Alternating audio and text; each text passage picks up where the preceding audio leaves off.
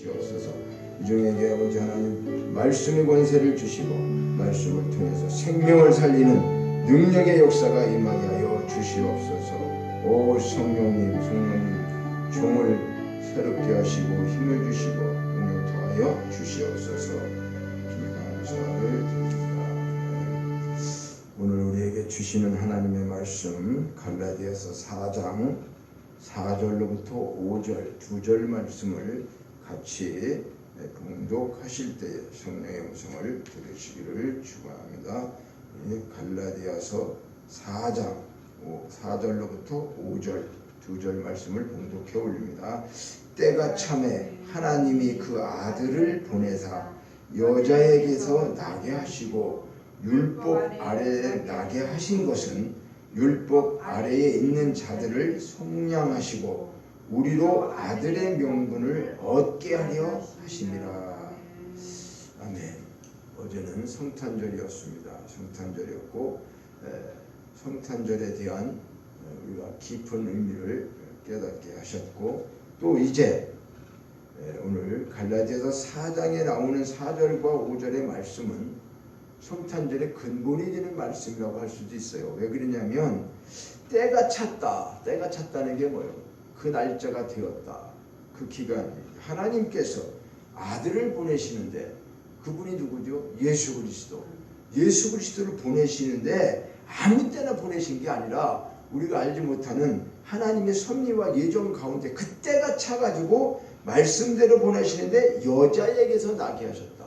처녀의 몸에서 날 것을 이미 많은 선지자 구약을 통해서 말씀을 하시고 이제 그때가 되어서 우리는 알지 못하지만 지금 성탄절 날짜가 25일이 아닌 것을 우리는 알고 있죠. 그러나 그 날짜를 지금 우리가 잘 모르고 있지만은 하나님께서 보내신 것만은 분명하시잖아요. 근데 분명하신 날짜를 모른다고 해서 아니다라고 하면 안 되는 거죠. 우리가 날짜를 모른다고 해서 그것이 그 근본 자체가 없어지고 아니다 그러면 안 돼. 그리고 또 다른 거 허상을 갖다가 너무 그날처럼 날의 기준에서도 안 되죠. 25일이라고 하는 그 날이 중요한 게 아니에요. 뭐가 중요해요? 예수님이 오셨다는 거에 대한 초점이 맞춰져야지. 성탄은 말 그대로 예수님이 탄생한 걸 말씀하는 거예요. 거기에는 그 어떤 것도 없어요. 무슨 거기에 크리스마스를 우리가 예수님을 상징하면서 산타크로스가 뭐 완전히 주인공이 돼서 자녀들이나 누구에게도 그런 걸 심어줘서는 사실 안 되는 거예요. 그러니까 본질을 왜곡시키지는 말고 모든 것들을 이해하고 우리가 그런 걸 통해서 더욱더 뭘 깨닫게 하는 거예요? 예수님의 그것을 깨닫게 하는 거죠. 그래서 오늘 이 사도 바울은 갈라디아의 교회의 많은 문제점이 뭐냐 하면 율법과 복음에 대해서 그들이 흐려진 거예요. 사도 바울이 가르쳤던 것이 그대로 하는 게 아니라 뭔가 이단이나 이런 것들이 들어와서 부활도 뭐 그런 거지 뭐 예수님이 오셨다는 것도 뭐 그럴 수 있냐 이렇게 하면서 계속해서 뭐를 해요? 이들이 복음을 갖다가 훼손시키는 그런 일들을 하기 때문에 야 이제 너희들 율법과 복음에 대해서 정확히 깨달아 봐야 된다 하면서 그게 3장에 와갖고 이제 율법과 언약에 대한 것도 말씀을 쭉 하고 있어요. 그러면서 사실은 23절로부터 4장 3절까지는 우리가 율법 아래에 메인바디였다. 그러니까 23절 보면 뭐라고 그래요? 믿음이 오기 전에 우리가 믿기 전에는 예수를 믿기 전에는 우리의 율법 아래 메인바가 되고 율법 아래 메인바가 되고 계시될 믿음의 때까지 갇혔었다. 그러니까 예수님이 이 땅에 오시기 전까지는 율법을 통해서 예수님이 누구라는 것을 알려주는 그림자와 같은 일들을 우리에게 갖춰서 그걸 하게 되었지만 그것을 초등학문과 같이 말씀하고 있는 거예요. 율법이 우리를 죄를 드러나게 하는데도 사용하셨지만은 예수님한테 어떻게 해요? 초등교사로 그리스도께로 인도하는 초등교사. 자, 우리가 유치원이나 이런 것들이 왜 있어요? 학교 가기 전에, 그렇죠? 학교 가기 전에 자녀들에게 이제 학문이 실제로 학교에 가서 이제 배우게 되는 걸 아주 기초 과정이 이제 유치원 이런 거잖아요, 그렇죠? 거기서는 뭐예요? 공부를 막 가르칩니까? 아니죠. 공부도 하지만은 걔들에게 맞는 건 뭐예요? 영아 유치원은 애들을 재우고 먹히고 같이 부모를 떨어져서 걔들 공동생활하는 거 그런 거 훈련시키고 그죠? 유치원에 조금 더 이제 노래도 가르치고 뭐도 하고 여러 가지 하지만은 이런 모든 것들은 실질적으로는 우리가 학문을 이제 학교 다니는데 모든 기초 과정을 잘 알려서 부모를 떠나서 이제 학교에 다니는 것을 훈련하고 연습하는 기초 과정이잖아요.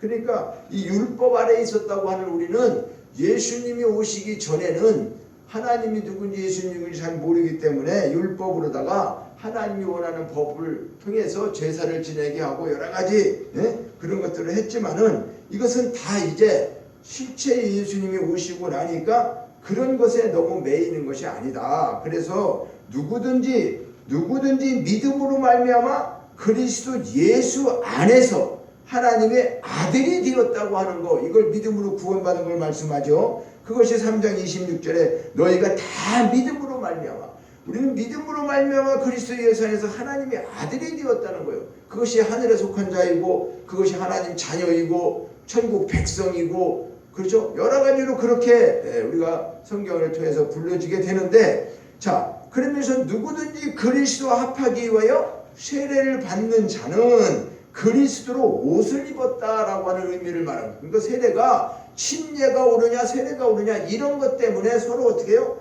다투고 뭐 그걸로 분열하고 그러지 말라는 거죠. 그러니까 성경에는 침례로도 기록되고 또 세례라고도 기록한 부분이 있고, 행위에 대해서는 다 기념적인 것을 행위하는 것이지, 그러면 지금 우리가 침례교회에서 침례탕에만 들어갔다 와야지 세례 받는 것이냐? 그러면 장로교에서 얘기하는 그 세례, 머리에다 물만 얘기하는 것도 그걸 세례를 받은 것이라고 그것이 오리지널이라고 강조할 수 있느냐? 그런 거에 매이지 말라는 거예요. 만약에 그렇다고 하면 지금 요단강에서 세례 받았는데 예수님도 세례 요한도, 그러면 그때 거기 가서 세례 받는다고 그래갖고 지금 그것이 진정 세례의 어떤 목적을 달성하는 거예요? 그렇지 않아요. 장소는 어디가 되었든지 간에 세례의 목적이 뭔가가 변하면 그건 잘못된 거다. 세례의 목적이 뭐예요? 예수님과 합해가지고 세례받는 자가 예수님으로 옷 입는 거다. 예수님 옷을 우리가 이렇게 이 말씀이 육체적으로 입던 옷을 우리가 한 벌씩 입고 오는 건가? 그런 게 아니죠. 예수님과 합해졌다고 하는 것은 우리가 예수님과 물속에서 죽었고 다시 살아날 때, 그렇죠? 침례라고 하든 세례라고 하든 간에 내가 예수님을 생각하면 그분과 함께 죽었다는 거죠. 죽고는 이제 예수님 안에 그분이 살아나서 우리도 살게 되고, 그분이 가는 곳마다 우리는 다 같이 있는 거죠. 그리고 영원한 세계에서 함께 산다고 하는 거, 이 사실이 그리스도로 옷 입는 것은 그걸 얘기한단 말이에요. 왜? 그리스도와 합하기 위하여, 합했다고 하는 건 그 안에 들어가는 거죠. 예수님 안에 우리가 들어가는 것을 말한다 그 말. 자, 그러면서 이제 너희들이 그렇게 된 자는 아브라함의 자손이 된 거다. 우리는 지금 아브라함 보지도 못했죠. 우리 조상이 누구라는 걸 다 봤습니까? 그러나 그 약속대로 유업을 이을 자가 되었다. 누가? 예수 믿음으로 구원받은 자, 예수 믿음으로 세례받고 그분과 어떻게 된 거예요? 합한 자. 여기 좀 분명히 또 세례라고 나왔죠. 세례를 받은 자는 그리스도로 옷 입었느니라. 그러니까 이와 같이 우리는 이렇게 유업을 받은 자가 되었는데, 아무리 유업을 받은 자도, 하나님의 자녀가 된 자도 태어나자마자 그가 왕으로서 왕자로 태어났어도 왕다고, 아버지가 왕이지만 자기가 바로 왕자의 노릇을 할 수 있을까요? 왕이 될까요? 그렇지 않죠. 그러니까 이 주인인데도 분명하면서 뭐가 있다는 거예요? 후견인, 청지기 아래에 있었다. 나를 도와주고 보살펴주는 그런 사람들 속에서 우리가 어떻게 해요? 어렸을 때는 그렇게 했다가 나중에 다 자라게 됐을 때, 그렇죠? 우리가 이제는 정말 하나님의 이제 아들이 되어져서 그 일을 행할 때가 오는 거죠. 성장할 때를 말하죠. 그러니까 믿음도 다 초등학문을 거치는 것이고, 어린애와 같은 시절에 다 이제 믿음을 딱 믿고 믿었다고 구원받았다고 그냥 우리가 하나님, 예수님이 하셨던 일, 사도 바울이나 사도들 했던 그 제자들도 얼마나 많은 시간, 3년 반이라고 시간이 짧은 게 아니죠. 그들은 뭐예요? 실제로 하나님, 예수님이 특별히 그들을 제자 삼기 위해서 따라다니면서 교육했던 사람들 아닙니까? 물론 우리도 뭐 10년 20년 믿으면서 보죠. 그러니까 이 믿음의 차이는 스승이 누구냐에 따라서 다를 수가 있죠. 우리는 사람이 스승이 돼서는 사실 안 되죠. 성령님이 스승이 돼야 된다는 걸 말하고 있지만, 그러나 사람을 통해서 배우게 되고 깨닫게 되다 보니까 나쁜 것도 배우고 또 잘못된 것도 알게 되고, 그러다 보면 시간도 오래 걸리고, 그런 속에서도 하나님은 어떻게 해요? 후견인처럼 청지기처럼 그런 사람들 통해서 율법에 있었던 사람들 속에 있었더라도 이제는 어떻게 하나님 때가 되면 그들을 하나님의 자녀가 되고 유업을 받을 자가 되면 하늘에 속한 자로서의 그 일을, 그 축복을 하나님 주시기 위해서 우리를 어떻게 부단히 그분이 우리를 이끌어 가신다. 그게 뭐라는 거예요? 때를 따라 돕는 은혜다라고 말씀하고 있는 거죠. 그래서 이제는 우리가 오늘 승리를 하고 있는 영성이 뭐냐? 자, 쉽게 얘기해서 이제 2021년도가 얼마 남지 않았는데 우리가 정말 말씀을 삶으로 살아내는 것이 승리하는 것인데, 하나님 말씀은 하나님이세요. 말씀 자체가. 그런데 이 말씀을 우리가 삶으로 살아내면 승리되는 삶을 살게 되는 거예요. 당연히. 그런데 우리는 그렇게 살지 못했기 때문에 이제 문제가 많은 거죠. 자, 그러다 보니까 이 말을 자칫 잘못하면 말씀을 살아내는 삶이 종교에서 말하는 차원으로 변질돼서는 안 된다는 거예요. 무슨 말입니까? 우리의 신앙은 종교가 아니에요. 우리 기독교는 늘 얘기하지만 우리는 종교가 아니라, 종교는 하나님을 등지고 기쁨의 동산을 떠난 인간들이 인간 실존의 가장 큰 문제인 죽음과 죄의 문제를 풀기 위해서 자신들의 노력으로, 사람의 노력으로 비진리 또는 어떤 부분 진리를 짜집기 해갖고 집대성해 놓은 것이다. 이게 뭐예요? 쉽게 얘기하면요, 자기들이 필요해서 신을 만들고 그 신을 찾아가서 복을 받기 위해서 어떻게 했다는 거예요? 여러 가지를 지키고 있다. 이게 종교예요. 그런데 우리는 그런 종교가 아니란 말이에요. 우리는 하나님이 찾아오셔서 만나게 되고 하나님이 믿음을 주셔서 알게 되고 깨닫고 신앙생활, 하나님의 말씀대로 살아가야 되는 것이 뭔가를 성령의 지도를 받는다, 인도를 받는다, 뭐 그럴 수 있죠. 왜냐? 우리가 구원받고 나면, 믿음으로 구원받고 난 다음에 성령이 우리 속에 계시면 그분이 어떻게 하신다고요? 우리를 이제는 그 율법에서 있었던 그 초보자의 신앙, 예수를 알지 못했던 그런 속에 있었을 때, 더 심하게 얘기하면 허물과 죄로 죽었던 그런 상태에 있었을 때에 그 모든 것들을 벗어버리고 누구를 통해서? 예수님을 통해서 우리 안에 그분이 오시고 성령님이 계셔서 그분의 인도를 받고 우리는 하나님 앞에 예배드리며 기도하며 찬양하며 말씀, 그리고 삶 속에서 이루는 이 모든 것들이 뭐라는 거예요? 이것이 말씀을 삶으로 사는 거죠. 예배만 드릴 때가 사는 게 아니라 우리 삶 속에서 살아가는 모든 것들이 실질적으로는 뭐다? 말씀을 삶으로 살아내는 과정인데, 그것을 삶으로 온전히 살아나지 못하니까 우리 욕심이 들어가고 탐욕이 있고 보암직, 먹음직 이런 모든 것들 때문에 어때요? 또 마귀의 유혹 이런 것들에 우리는 넘어지고 쓰러지고, 그럴지라도 하나님은 우리를 어떻게 해요? 계속 성장이 시켜서 나가는 거예요. 자녀들이 커러 나갈 때 우리가 보면 어때요? 아장아장 걷던 애가 한두 번 넘어지면 다시는 안 일어나나요?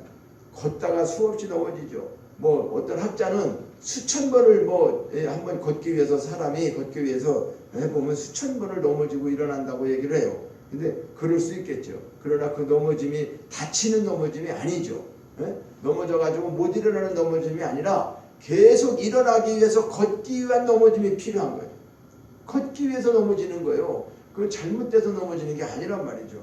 근데 이제 성장해갖고 자꾸 넘어지면 뭐예요? 그건 잘못된 거죠. 어릴 때 넘어지는 거하고 다 컸는데도 막 걷지를 못해도 넘어지면 뭔가는 뭐예요? 뭔가는 이거는 잘못된 거죠. 육체가 잘못됐던 어쨌든 이런 정상적인 거라고 우리가 볼 수 없죠. 장애가 있다라고 볼 수밖에 없는 거죠. 그러니까 우리도 영적인 장애가 있게 되면 안 되죠. 그래서 하나님 앞에 이제는 어느 정도 성장이 되면은 어떻게 해야 되느냐? 율법에서 벗어나서 복음을 깨닫고 믿음을 깨닫게 되면 삶을 어떻게 해요?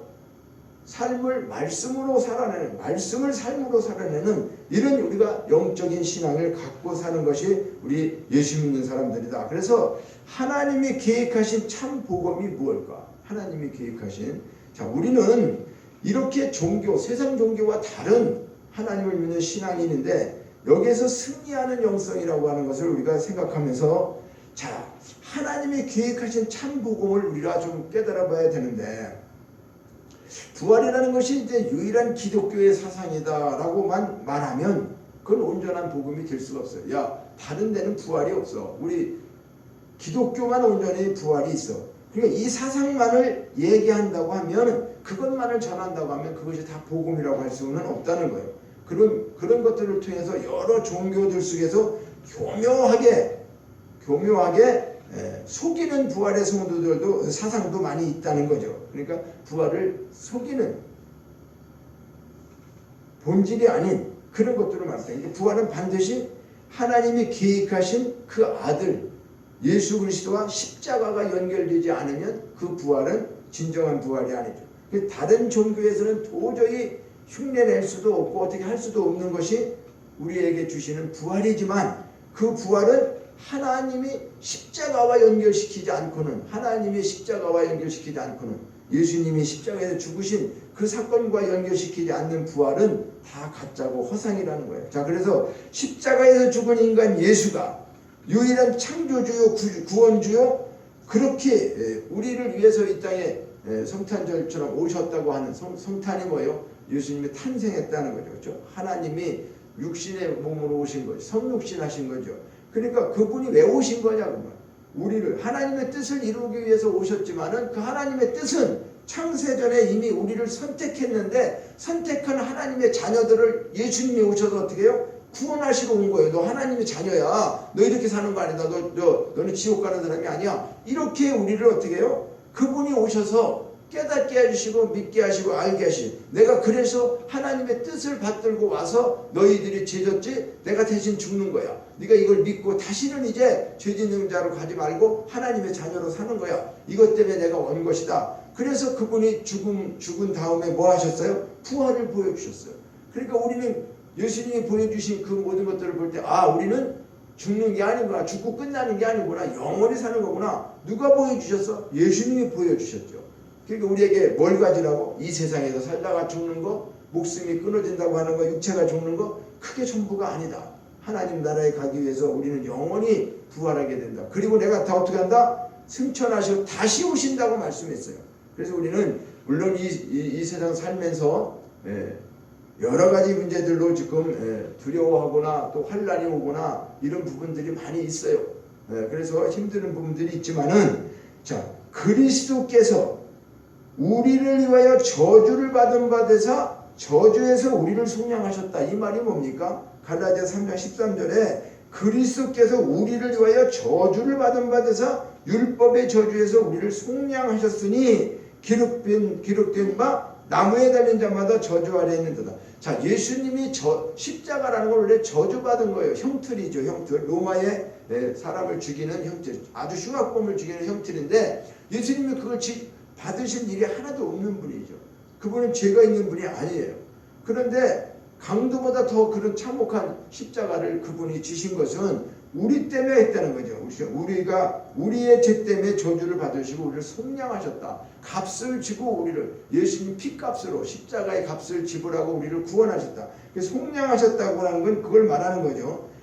우리는 완전히 그 십자가 밑에 저주를 받을 수밖에 없는 우리들이지만 예수님께서 오셔서 그것을 예수님이 그 나무 아래 직접 달리셔서 저주받았다. 예수님이 저주받았다.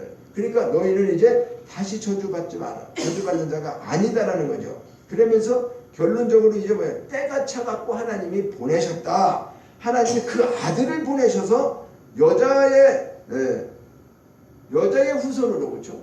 우리는 다 남자의 후손이에요. 현재 살고 있는 사람은 남자의 씨를 받아갖고 아담과 하와가 육체적인 관계를 통해서 우리가 태어난 것처럼 우리가 그런 방법으로 다 남자의 씨를 받았고 우리가 이제 이 세상에 존재하게 됐죠. 그러나 그 본질적인 것은 하나님이 우리를 조성하시고 만드셨어요. 만드신 것은 부모들이 우리를 다 만든 게 아니라 부모를 통해서 우리를 보내시기 위해서 그런 용도로 사용하신 거죠. 부모님 그런 용도로 사용해서 우리를 보내셨어요.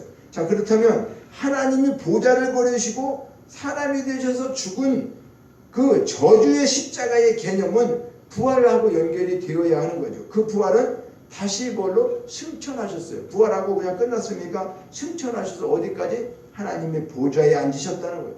그리고 나서 뭐요? 성령으로 예수님께서 다시 오면 또 다시 오신다고 하는 재림을 우리에게 말씀하고 있어요. 그래서 요약하면은 우리는 항상 예수님이 3번 우리에게 오셨다. 어떻게 3번 오셨느냐? 그렇죠? 우리가 초림 예수로 지금 말씀하는 것처럼 우리가 믿음이 없을 때, 우리가 죄인으로 죽었을 때 영원히 죽어야 되는 우리를 그분이 오셔서 십자가에서 우리를 구속하시고 속량하셔서 우리를 구원하셨다. 그러기 위해서 오신 것이 초림 예수님이에요. 그리고 오신 다음에 어떻게 했어요? 실제로 보여주셨어요. 뭘 보여줬어? 내가 너희들 죄 때문에 내가 죽는다. 그래서 십자가에서 죽었어. 아버지 뜻을 이루셨어요. 그러니까 십자가에서 죽고 난 다음에 끝난 게 아니고 부활하셨어요. 부활하고 승천하셨어. 승천하시면서 보혜사 성령을 보내주신다 그랬어. 너희와 세상 끝날까지 함께 할 것이다. 그럼 보혜사 성령님도 하나님이시죠. 예수님도 하나님도 하나님. 삼위일체 하나님은 동일하신 하나님이세요. 그러니까 그 예수님이 육체로 있었던 예수님이 죽으시고 부활하시고 부활체가 되시고 영원한 영체가 되셔서 그분이 어떻게 해요? 성령님으로 우리 속에 와 계시는 그것이 임마누엘 성령이라고 합니다. 그러니까 보혜사 성령도 되고 임마누엘 성령도 되고 하여튼 한 분 성령이지만 그 이름을 붙이는 것은 보혜사다 그러면 뭐예요? 보호자와 같은 역할을 하신다 그런 거예요. 임마누엘 성령이다. 임마누엘은 뭐예요? 항상 동행하시겠다는 거예요. 그러니까 그런 뜻이 있어서 부르시는 거죠. 하나님도. 그러니까 그렇게 이제 우리 속에 와 계시면서 언제까지 한다? 영원까지. 그러면서 이제 실제적인 예수님이 오실 때는 어떻게 되는 거예요? 지금 우리 속에 영으로 와 계시니까 내 영은 알고 있지만 육으로 볼 수가 없어요. 그러니까 예수님을 우리가 육으로 하나님을 알 수가 없기 때문에 많이 헷갈리기도 하고 믿음이 연약하죠. 그러니까 믿음은 보이지 않고 믿는 것이 더 귀한 것이라고 말씀하고 있잖아요. 우리가 눈으로 예수님을 보지 않았더라도 우리가 믿음으로 이것을 깨닫고 알 수 있게 된다. 그럼 마지막 때는 어떻게 한다? 그분이 승천해서 오신다는 거예요. 이제 승천해서 이제 다시 재림주로 오시는 것은 우리가 다 볼 수 있어요. 눈으로. 이제 그때는 왜? 그분이 심판의 왕으로 오시니까 이제는 죄진 자들을 어떻게 해요? 전부 다 심판해서 이제 지옥으로 보내는 그런 일을 하러 오셨는데 그때는 이제 영으로만 하는 게 아니라는 거죠. 마귀들도 다 할 수가 있어요. 그래서 이제는 마지막 때 어떻게 해요? 백보자 심판, 하나님의 심판대 앞에가 열어져서 너나 나나 모든 죽은 사람들이 어떻게 된다? 부활체가 되셔서 다 부활되어 갖고 이제 네가 행한 대로 예수 믿지 않는 사람은 영벌에, 예수 믿는 사람은 영생에, 영벌과 영생 두 가지로만 나눠지는 것이지 중간이 없어요. 자꾸 다른 사람들이 뭐 중간에 뭐 하면 그런 거 다 헛된 거란 말이죠. 거짓이라고 말이에요. 복음은 뭐예요?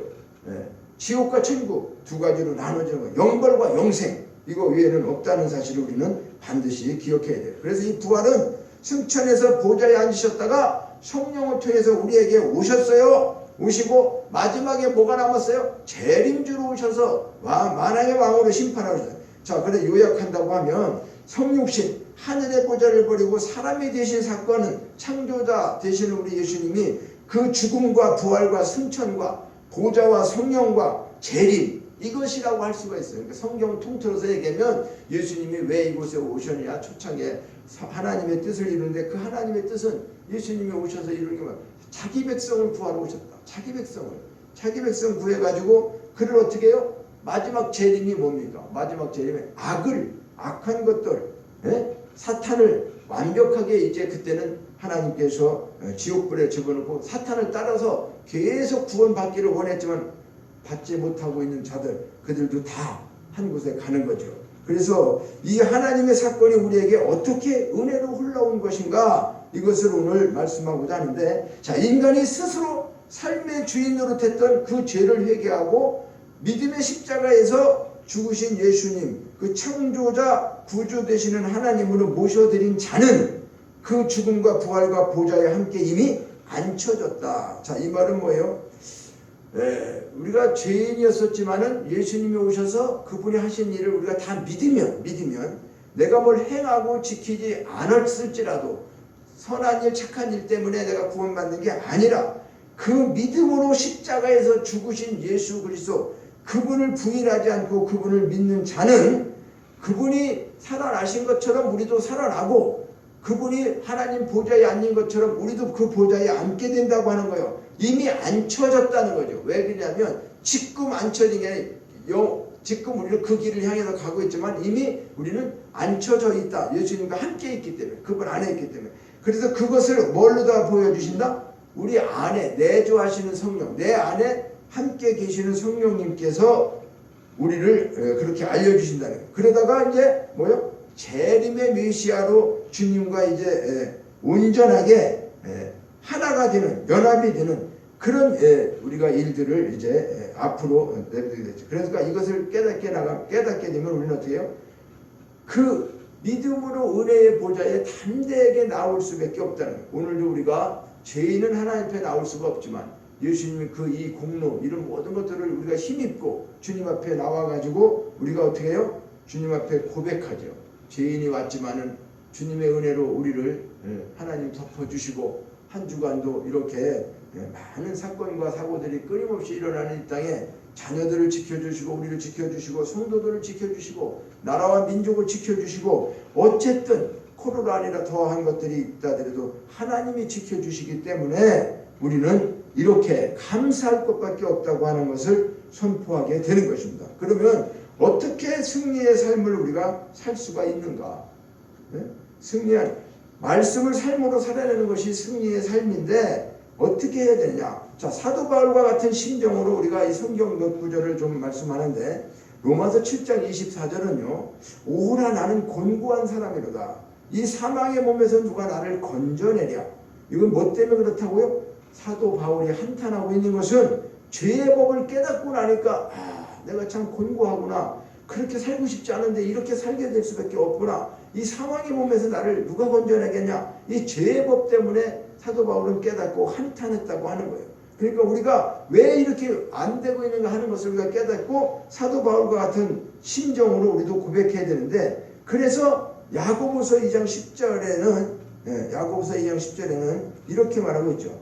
누구든지 온 율법을 지키다가 그 하나를 범하면 모두 범한 자가 되나니 혀는 능히 길들일 사람이 없느니라. 자, 우리가 율법을 지켜서 의로워진다고 하는 것이 다 지키면 의로워지는데, 이 율법을 지키다가 지키지 못하는 경우가 한 가지라도 생기면은 그거는 범한 것이 된다. 그러니까 예수님도 뭐라고 그랬어요? 마가복음 9장에 보면요, 9장 43절에 보면 네가 손으로 범죄했어? 그럼 손을 찍어버려. 눈으로 범죄했어? 눈을 빼버려. 예? 불구자로 하나님 나라에 가는 것이 두 손 두 발을 다 가지고 지옥 가는 것보다 어떻게 해요? 낫다. 그러면 진짜 그 지옥은 구더기도 죽지 않고 꺼지지도 않는 불인데, 구더기도 죽지 않는 불이 꺼지지 않는 곳이다 라고 성경에 기록하고 있어요. 그러면 정말 예수님이 손과 발을 다 잘라버리고 눈을 빼버리고 그렇게 해서 죄가 없어지는 걸 말하는 걸까요? 아니죠. 우리는요, 팔다리 아니라 다 잘라도 몸뚱아리가 말이죠, 통나무처럼 돼 있어도 우리는 왜 마음의 탐심을 버릴 수가 없어? 탐심은 뭐라? 우상숭배라고 그랬어요. 만물보다 거짓되고 헛된 것이 사람의 마음이라고 그래요. 이미. 그러니까 아무리 몸을 발다리를 다 잘랐어도 이 몸은 어떤 거예요? 그러니까 이 만물보다 거짓된 이 사람의 마음 속에 손과 발과 혀에 이것을 다 누가 작동시켜? 마음에서 생각이 뭐를 하라고 해서 하는 거잖아요. 그렇죠? 그러니까 이 마음이 시키는 거잖아요. 내 마음에. 그러니까 우리 마음이 거짓되고 부패되는데 손발을 다 자르고 눈을 뺀다고 해가지고 이 죄를 없어지는 것도 아니고 죄를 안 질 수 있는 것도 아니라는 거죠. 그러면 마가복음 7장 21절 23절 그런 악한 행동과 생각의 근원이 되는 내 머리를 생각이 되기 때문에 머리를 아주 빼버렸다. 그리고 죽어버리면 죄를 안 짓고 깨끗해질까? 그렇지 않다는 것을 우리는 알고 있는 거예요. 내가 죽었으면, 죄를 지은 사람이 죽었으면 그 죄가 없어집니까? 지금 세상에서 살다가 자기가 불리하면은 사업이 망하면 죽기도 하고 또 무슨 문제점을 일으키면은 그 문제를 말이죠, 내가 해결할 수 없어요. 내가 죽어버리고 말해. 자살하고 나면은 그래, 더 이상 죽은 사람을 법정에 세울 수는 없어요. 그 사람이 뭐라고 해도 죽은 자에게는 법을 적용할 수가 없다고요. 그러나 그 사람이 그걸로 끝납니까? 하나님 법에 가서 심판받아야 되지 않겠어요? 그러니까 우리 그걸 모르는 거예요, 사람들이. 그러니까 여기서 죽어버린다고 하는 것은 우리가 자살하면 끝난다는 게 아니에요. 이 진실한 말 속의 진실은 자살하는 것을 얘기하는 게 절대 아니라는 거예요. 자, 오직 예수 그리스도와 함께 죽는 것을 말하는 거예요. 우리가 죽어버린다는 건 예수님과 함께 죽는 걸 말하는데, 오직 깨끗하게 되고 자유하게 되는 비결은 예수님과 함께 죽는 걸 말한다. 로마서 6장 6절과 7절에. 그러면 2000년 전에 지구 반대편에서 죽으신 그 예수님과 내가 함께 죽을 수 있다고 하는 길이 뭐냐고, 어떤 걸 얘기하시는 거니까. 자, 이 말은요, 나를 위해서 예수님 앞에 회개하고 믿는 거죠. 나를 위해서 죽으신, 그러니까 나를 위해서 죽으신 예수님을, 그분을 믿고 내가 회개하는 거예요. 그분들은 회개하고 복음을 믿으라 얘기하고 있죠. 마가복음 1장 14절, 너희가 회개하고 복음을 믿으라. 자, 예수님 앞에 못 박힌 강도 두 사람이 있었죠. 그러면 함께 예수님하고 못 박혔다고 해서 함께 죽었다고 해서 그 사람이 예수님과 함께 죽는 걸까요? 아니란 말이에요. 그러니까 한 강도는 끝까지 회개하지 않고 죽었어요. 예수님하고 함께 죽은 것 같아요. 왜? 옆에서 볼 때 십자가에서 죽었으니까. 그런데 그렇게 죽는 것이 함께 죽는 것이 아니라, 다른 강도는 어떻게 했어요? 죽음 임박한 이전에 회개하면서 예수님에게 고백하잖아요. 그렇죠? 그러니까 그런 것들을 볼 때 우리가 예수님과 함께 죽는다고 하는 것은, 사도 바울이 내가 그리스도와 함께 십자가에 못 박혔나니 그런즉 이제는 내가 사는 게 아니다, 갈라디아서 2장 20절에 고백하고 있죠. 그런 죽음을 우리가 말하는 것이지 예수님하고 십자가를 같이 못 박아서 육신이 죽어야 되는 걸 얘기합니까? 아니에요. 그리스도 예수의 사람들은 그 육체와 함께 어떻게 해요? 정욕과 탐심을 십자가에 못 박았다고 그러잖아요. 이미 갈라디아서 5장 24절에 말씀하고 있어요. 이 고백의 말씀으로 우리가 살아내는 삶의 핵심적인 것이 오늘 승리하는 영성을 가진 자들이다 그 말이에요. 그러니까 이 말씀을 믿고 선포하는 자는 그 십자가의 도가, 그 말씀하신 것이 내 자아를 죽이게 되어서 더욱 어떻게 해요? 부활과 보좌와 성령께 더 깊이 연합되어서 말씀을 살아낼 수 있는 상태로 변화되는 것을 말하는 거예요. 예수님은 십자가 죽음을 앞두고 시간과 공간과 물질을 어떻게 해요? 초월하셨어요. 그죠? 하나님은, 예수님은 우리가 살고 있는 시간과 물질과 이런 것을 구애를 전혀 받지 않으시는 분입니다. 초월적 연합의 복음이라고 하는 것은 뭘 얘기하는 거예요? 요한복음 17장 21절에 보니 아버지여, 아버지께서 내 안에, 내가 아버지 안에 있는 것 같이 저들도, 그들도, 그렇죠? 우리들도 하나가 되어서 우리 안에 있게 하사 세상으로 아버지께서 나를 보내신 것을 믿게 하옵소서. 이 예수님의 기도예요. 예수님의 기도가 어떤 기도예요? 하나님 아버지, 내가 하나님과 함께 있는 것처럼 하나님이 내 안에 있고 내가 하나님 안에 있는 것 같이 저들도 하나가 되어가지고, 누구와? 우리와 예수님과 하나님과 하나가 되어져서 세상에서 살고 있지만은 하나님께서 나를 이 땅에 왜 보냈는지를, 이 보내신 것을 믿게 해달라는 거예요. 그러니까 우리가 믿는다는 것은, 예수를 믿는다는 건 뭐예요? 하나님이 예수님을 보내셔서 어떤 일을 하시고 있냐, 그거를 믿으라는 거죠. 그게 복음이에요. 그래서 요한복음 14장 20절에는 그 날에는, 성령이 임하는 날에는 내가 아버지 안에, 너희가 내 안에, 내가 너희 안에 있는 것을 너희가 알리라. 반드시 이제 오늘 어렴풋하게 있는 것처럼 되지만은 주님의 재림이 있고 주님 안에 들어가게 될 때는 이제 우리가 어떻게 해요? 하나가 될 때는 눈에서 눈을 보는 것 같이 반드시 알게 된다 그랬어요. 아버지도 알게 되고 너희가 내 안에, 내가 너희 안에 있는 것을 알게 되리라. 그래서 요한복음 20장 21절에는 아버지께서 나를 보내신 것 같이, 하나님이 예수님 보내셨어요, 이 땅에. 그러니까 나도 이제 너희를 보낸다잖아. 누가? 예수님이. 내가 같이 있던 보좌에서, 하나님 보좌에서 내가 나왔다, 아버지가 보내셔서. 그러면 너희와 나와 하나가 됐으면 너희가 이제 죽었다가 다시 부활해갖고 내가 하나님 보좌에 너랑 같이 앉았었는데, 나도 너희를 이제 아버지가 보낸 것처럼 너희들 보낸다는 거야. 왜? 나를 믿는 자는 내가 하는 일도 그가 일을 할 것이다. 하나님 일을 하러 오셨던 예수님한테 우리가 그 안에 하나가 되었으면 이제 우리를 보내시는 일이 뭐 때문에 보낸다? 예수를 믿는 자는 예수님이 하셨던 일을 해야 될 것을 말씀하고 있는 거예요. 그러니까 내가 하는 일을 우리는 세상에서 일하는 것만 일하는 걸로 생각하는 게 잘못이에요. 예수님 일하는 건 일하는 게 아니라, 아니, 그게 가장 큰 일이죠. 하나님의 일은 뭐다? 하나님의 일은 뭐요? 하나님 아버지가 보내신 그 일을 하시는 거, 그렇죠? 그것이 하나님의 일이라고 말씀하고 있습니다. 자, 예수님은 아버지께서 저희가 교회로 하나 되게 되어서 삼위일체 하나님 안에 있게 하시고 그것을 믿게 해달라고 기도하고 있단 말이죠. 자, 우리가 어떻게 행위로서 보좌에 계신 그 삼위일체 하나님 안에 들어갈 수가 있느냐? 우리가 행위로서 어떻게 보좌에 있는 그 하나님 보좌에 우리가 들어갈 수가 있겠냐 말이죠. 그래서 예수님이 믿게 해달라고 기도하라는 거예요. 지금 그 사실을 믿게 해달라고 기도하는 거지, 당장 네가 지금 변해가지고 하늘나라에 가서 내 보좌에 앉을 것이다, 그런 내용이 아니라는 거예요. 그러나 우리는 먼 훗날 어떻게 해요? 이 믿음대로 믿고 가면은 먼 훗날 어떻게 실상이 나타나는 거죠. 하나님 보좌의 실상이 나타나게 돼서 그것에 앉게 된다고 하는 것을 믿음으로 보라는 거예요. 이걸 말하는 거죠. 그래서 이걸 믿게 해달라고 기도하는 거예요. 그러니까 믿을 수 있는 믿음을 누가 주셔야 됩니까? 하나님이 주셔야지 돼요. 예수님은 하나님 앞에 이걸 요구하고 있는 거예요. 하나님, 아버지가 구원하라고 한 자들을 내가 다 구원했어요. 이제 그들을 위해서 기도하는데, 내가 아버지 안에 있는 것처럼, 아버지가 내 안에 있는 것처럼 내 안에 저들도 있게 하셔서 아버지가 나를 보내신 것처럼 나도 이제 저들을 보내니 저들이 이 사실을 믿게 해달라, 믿음을 주게 해달라, 이렇게 강력하게 간절하게 예수님이 기도하고 계시는 것을 우리는 이 말씀을 통해서 깨닫기를 원합니다. 그래서 예수님은 우리가 아버지 안에서 영화로움으로 창세전서부터 계셨던 그 영화로운 것을 요한복음 17장 5절에는 이렇게 말해요. 아버지여, 창세전에 내가 아버지와 함께 가졌던 영화로서 지금도 아버지와 함께 나를 영화롭게 하소서. 이 말이 뭡니까? 예수님이 이 땅에 오시기 전에, 창세 이전에 성부, 성자, 성령은 늘 뭘로 되어 있었다? 사랑으로 하나 있었어요. 거기에 누가 되어 있었을까? 천군 천사가 있었죠. 그죠?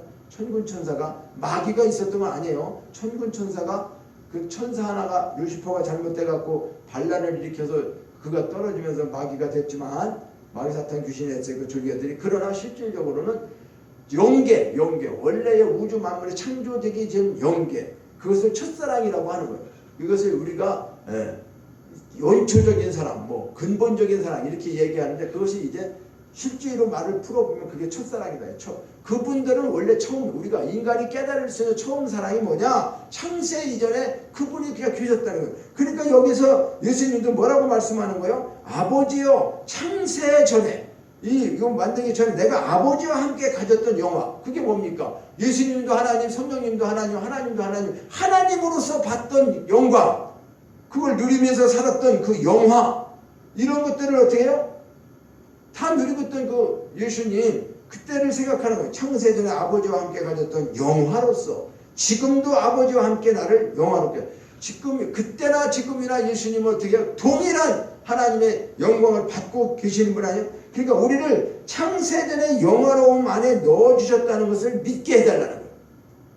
야, 이 말이요, 이게 참, 이게 묵상해 보면요, 자, 예수님이 창세 이전에 하나님하고 영광을 누리고 살았어요. 근데 지금 우리를, 예수 믿고 이제 구원받았다고 하는 우리를, 그걸 믿는 자들은 그 영화로움 속에 내가 영화를 누렸던 그 영화를 주라는 거예요. 쉽게 얘기하면요.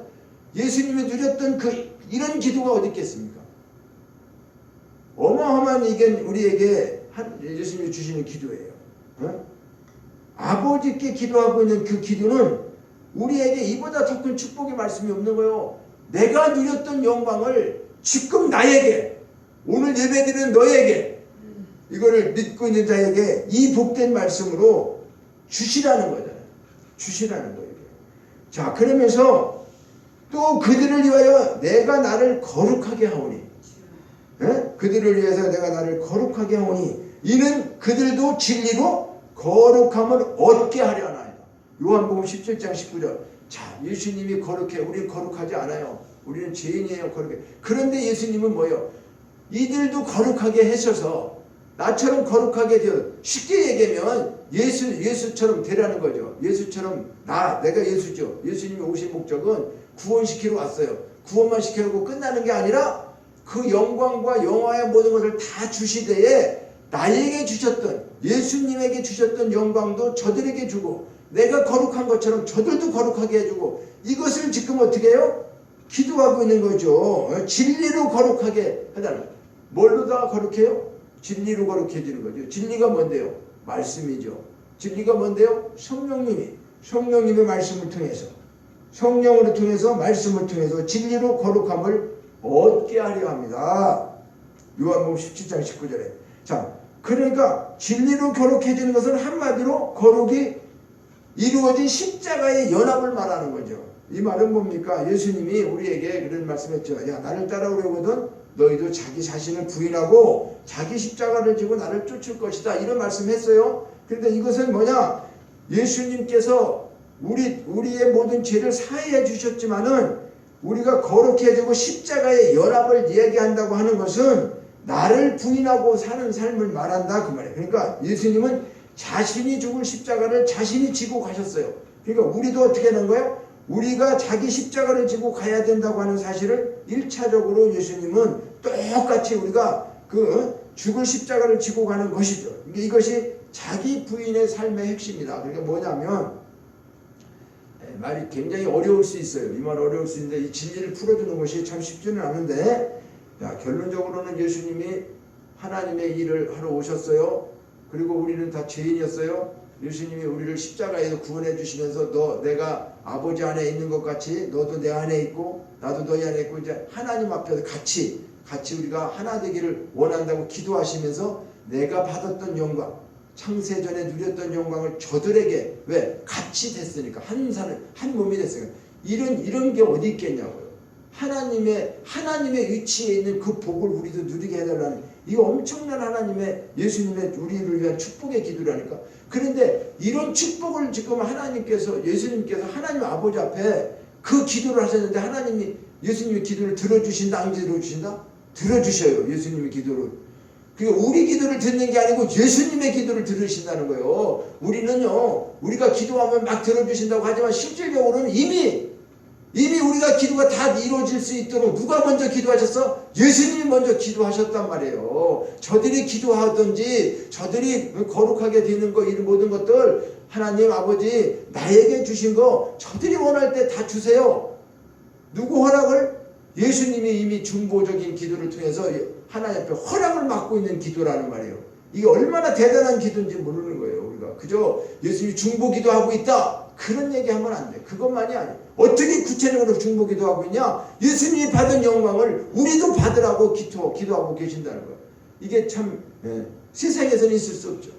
세상에서는 누구가 돼야 돼? 대통령은 내가 돼야 돼. 그렇죠? 저 사람은 어쨌든 소용없다. 내가 돼야 돼.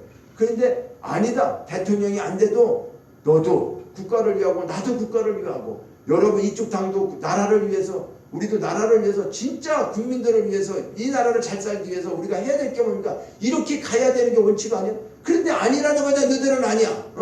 근데 이것이 세상하고 우리가 하나님이 주시는 나라, 하나님 나라하고 뭐가 다른 거예요? 이렇게 다르단 말이에요. 하나님. 자, 그래서 우리 이제 결론적으로 이제 자기 십자가를 지고 따라오라고 말씀하고 있죠. 그런데 우리는 실제로 십자가에 죽을 필요가 있어요, 없어요? 없어요. 왜 그러냐면 예수님이 이미 믿음으로 예수님과 함께 십자가에 우리가 못 박혔기 때문에 우리는 바울처럼 내가 그리스도와 함께 죽었다는 거예요. 그러니까 이제 이 믿음으로 고백한 사람은 항상 예수의 죽음의 흔적을 가지고 살아야 된다는 거예요. 살아야 돼. 내가 맨날 십자가에 죽는 것이 우리가 성격을 죽이고 그런 것을 십자가에 죽는 거라고 하는 게 아니라 이제는 이미 죽었다는 걸 확실히 믿고 우리는 어떻게 하는 거예요? 이제 믿음으로 고백하면서 예수님의 흔적을 가지고 그분과 항상 살아가야 되는데, 그것이 고린도후서 4장 10절에 보면 우리가 항상 예수의 죽음을 내 몸에 짊어짐은 예수님의 생명이 또한 우리 몸에 나타나게 하시려고 이후로는 누구든지 나를 괴롭히지 말라. 내 몸에 내가 예수의 흔적을 지니고 있다. 예수의 흔적을 지니고 있다는 게 뭐예요? 십자가에서 죽었다는 거예요. 십자가에 죽었는데 우리가 육체가 죽는 걸 얘기하는 게 아니라, 내가 육체가 십자가에서 달려서 죽는 걸 누가 다 얘기하는 게 아니라 이미 그리스도와 함께 사도 바울이 고백한 것처럼, 사도 바울 그럼 십자가에 죽었습니까? 예수님하고? 근데 왜 자기 십자가에 죽었다고 그래? 네? 그러니까 이 의미는 뭐냐면 육체적으로 우리가 예수님이 십자가의 육체에서 죽은 것처럼 우리가 그 육체의 죽음을 얘기하는 게 아니라는 거예요. 예수님은 십자가에서 죽으셨지만 우리도 자기의 십자가를 지고 와서 예수님 앞에 들어와서 뭘 하라는 거예요? 예수님의 그 죽은 흔적이 내 몸에 있다고 하는 것은 내가 예수님과 함께 하나가 되었다고 하는 거. 이걸 깨달으는 거예요. 우리의 많은 설교들이 말씀에 기록된 대로 행동하고, 그죠? 두려워하지 말아야 합니다. 말씀에 기록된 대로 행동. 자, 돈을 사랑하지 마시오. 뭐 비판하지 마세요. 정죄하지 마세요. 이런 걸로 다 결론을 맺으면은 이건 율법에 대한 설교를 하는 거예요. 여러분 착하게 살아야 돼요. 선하게 살아야 돼요. 사랑해야 돼요. 이렇게 결론을 지면은 그것은 성령으로 시작했다가 육체로 돌아가는 것을 선포하는 거다 그 말이에요. 그건 복음적 설교가 아니란 말이에요. 그러면 왜 그러냐? 우리는 하루 동안도 말씀을 살아내려고 하지만 이 새치의 혀 하나도 어떻게 해요? 길들이지 못한다고 말씀하고 있어요. 네가 아무리 하나님 말씀을 살려고 해도 네 새치의 혀도 지금 길을 들이지 못한다. 그러니까 이것을 우리가 알 수 있죠. 그러니까 말씀을 살아내야 하는 모든 덕목들을 다 권면하되 이미 다 이루신 연합의 진리로 우리는 끝을 내야 돼. 그러니까 무슨 말이냐? 내가 할례를 받은 각 사람에게 다시 증언하노니 그 율법 전체를 행할 의무를 가진 자라고 말하는 갈라디아서 5장 3절에 말하고 있는 무릇 율법 행위에 속한 자들이 저주 아래에 있다고 하는 표현의 원문은 율법 행위에 의존하는 모든 자들이 저주 아래에 있었다고 하는 것을 뜻하는 거예요. 자, 그러니까 우리는 말씀을 살아내려고 노력을 하지만 우리가 모든 율법을 지켜서 행할 수는 없다는 거예요. 말씀을 살아서 우리가 거룩해져야 하고 노력을 해야 하지만은 율법을 지켜서 우리가 그 모든 걸 이룰 수 있는 그런 행위는 할 수가 없다는 거죠. 그러니까 율법에 의해서 의존하려고 한다고 한다면 저주 아래 놓이게 된다는 거예요. 그러니까 어떻게 돼요? 말씀을 살아내려고 노력을 하되 살아내려는 우리의 삶의